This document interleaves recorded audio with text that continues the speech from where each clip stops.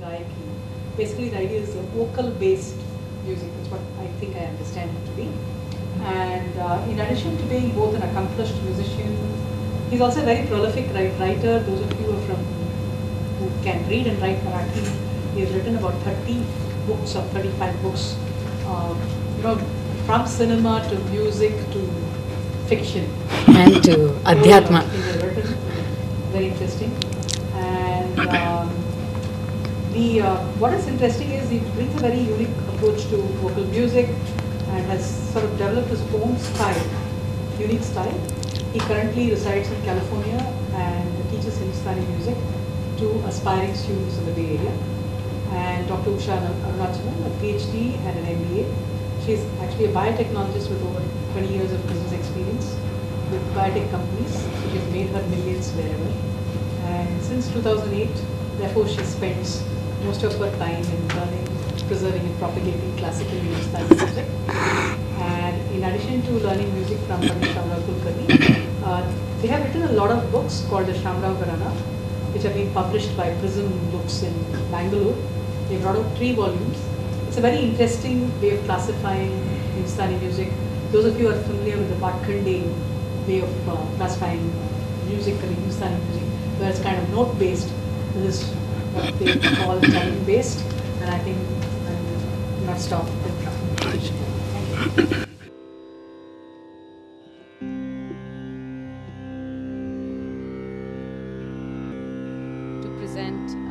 Shyamrao Kulkarni, as Hema described, Pandit Shyamrao Kulkarni, he has spent 70 years of his life in music,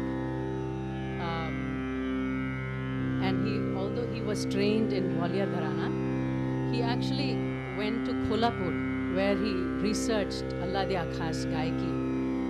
And when he went to Kolhapur, he actually didn't. He listened to the grand students of Allah Di Akhash Sahib. There were about 7 or 8 of them, of which 6 of them sang Allah Di Akhash Gaiki, at least to some extent. And each one, each student picks up a few things from the teacher. So he kind of used to go to the bank. He was an officer in the bank. So during the day he would work, evening he would get home, wash up and go and spend time with one of the students. And he would try to listen and understand how they sang. And he'd come home and practice. He said, what is it? Why is it so different from Gwalior Gharana? He practiced and he said, the way he thought about it was not only practice, but he said, how should one culture one's voice to sing that gaiki? So he experimented for 20 years. And he researched and wrote his first book called Allah Di Akhash Gaiki. And it's an exceptional book, which is written in Marathi. And from then on, he went back and he said, what is common between Allah Di Akhash Gaiki and Gwalior Gharana? How is it different and what are similarities? And that's when he wrote a book on Gwalior Gharana. And from that, there was someone who read the book, a professor in Pune University. He called Guruji and he said, Shyamrao ji, you need to look at another gharana called Gokhale Gharana. So music in Maharashtra came twice. First it came through Gwalior Gharana, through Balakrishna Bua. And 50 years before Balakrishna Bua, who was the teacher of Paluskar and all the big schools of music, 50 years before that, music was brought to Maharashtra by Mahadev Bua Gokhale. So this person called him and he said, if there's anybody who can research Gokhale Gharana, it is you, and we'd really like for you to understand it and write a book about it. So he went and researched that for another few years. And what was amazing is that Allah Di Akhash Sahib used to say that Gokhale Gharana is my mama Gharana. Nobody quite understood why Allah Di Akhash Sahib used to say Gokhale Gharana is my mama Gharana. So Guruji actually, when he researched that, he said, wow, the gamak-based gaiki that exists in Allah Di Akhash Sahib's Gharana comes from Gokhale Gharana. So what he did was actually traced Allah Dia Khas lineage to both Gwalior Gharana and Gokhale Gharana. And so that's what was published in his Gokhale Gharana book. So we are in the process of translating all these books into English, because I think from a musicology perspective, they are really masterpieces, and I think it's important for all students of music to study and understand this, because what his approach is not just describe the gaiki, but actually teach students how to reproduce that gaiki. What are the steps, and going back to the fundamental steps. So from there, what Guruji did was to create his own gaiki. He took although he was influenced by Gwalior Gharana, Gokhale Gharana, Allah Dia Khas Gharana, he felt that rag is really about sur. It is this love for melody. And so he created what is Shyamrao Gharana, and he took elements of not only Khyal music but also Drupad and created Shyamrao Gharana. So today we will try to kind of explain to you the basis of Shyamrao Gharana. And also, even though it comes with the name Shyamrao, it's really an impersonal Gharana because it's vocal value based. Guruji is all about the natural way in which the voice progresses, what he called Nisarga Tata, that basically the naturalness, that's what you have to try and capture. So this Shyamrao Gharana is really about the natural mode of vocalization. So let's begin today, and again, thank you again for listening to us. I hope you'll enjoy it, and please feel free to ask questions, because sometimes it gets a little too deep, and if you don't understand something, feel free to ask questions. Thanks.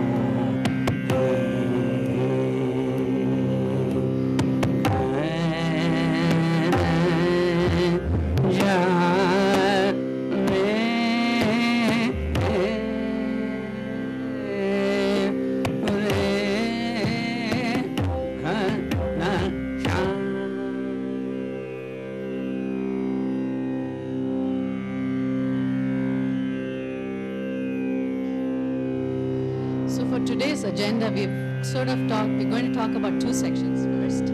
Let's talk about what is classical music, and then we'll describe more in detail what is Shyamrao Kulkarni, and then we'll present to you a whole composition, alap composition in Ragnand in Shyamrao Kulkarni style. After that, for those of you who are interested in the classification system, we can actually spend some time, perhaps in a smaller group, and go through the classification system, because I think that is Guruji's masterpiece. And it'll be, you know, if any of you are interested, we can do that after in the second half. So what is classical music?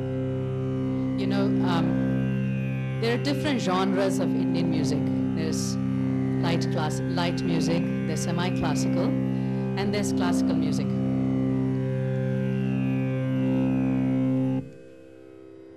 So how are they different is a question that, you know, you listen to so much music, and many of those, even if they are light music or semi-classical, they're based on some sort of a rag. But how is it different from classical music? It's a question that comes up all the time. So in light music, it is very poetry based. So what the musician is trying to communicate is some kind of an emotion. So there is a story that the words communicate. So there's an emotion. And so melody is sort of subordinate to the words of the song. So it's the emotion that it communicates that's more important. And what's really interesting is that when you listen to a light music song, there's always a memory that it triggers. It triggers a memory of somewhere you've listened to that song or something like that. And so you become a performer too. There's really not much separation between the audience and the performer. So invariably, when you're listening, say, to a rock song or a film song, you start singing along, you're clapping, you're part of the performance, if you will. But when you look at semi-classical music, there are moments where there's only very few words. There are fewer words than there is in light music, but still there is some sort of an emotion. For example, in a tumri or a ghazal, it's still communicating some kind of an emotion that's communicated through the words of the song. And because there's a lot of gimmickry, or there's a lot of ornamentation that's classically based, that it's sort of, you know, the audience kind of separates from the performer. But when it comes to classical music, in classical music, the audience and the performer are completely separate. The audience listens, whereas the performer performs. And the poetry, at least in Hindustani classical music, poetry is completely subordinate. It's not important. What you're trying to listen to is the melody that lies underneath it all. And invariably, many times you sing in what is called akar. And in akar, there is only the tune or the melody that exists in a certain rhythmic cycle. So let's give you some examples of that. So let's look at light music.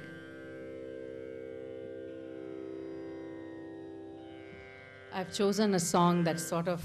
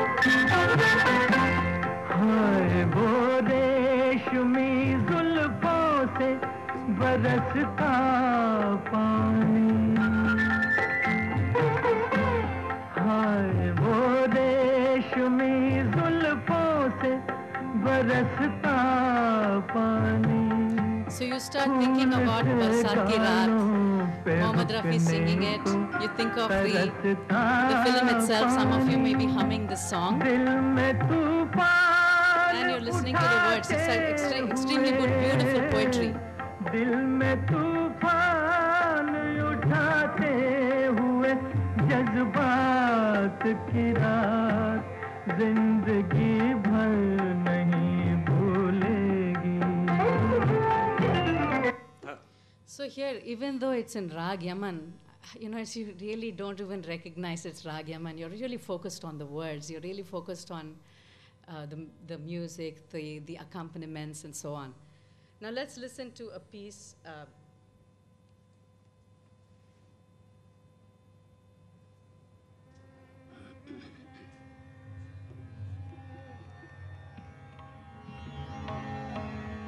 This is a Tumri by Girija Devi.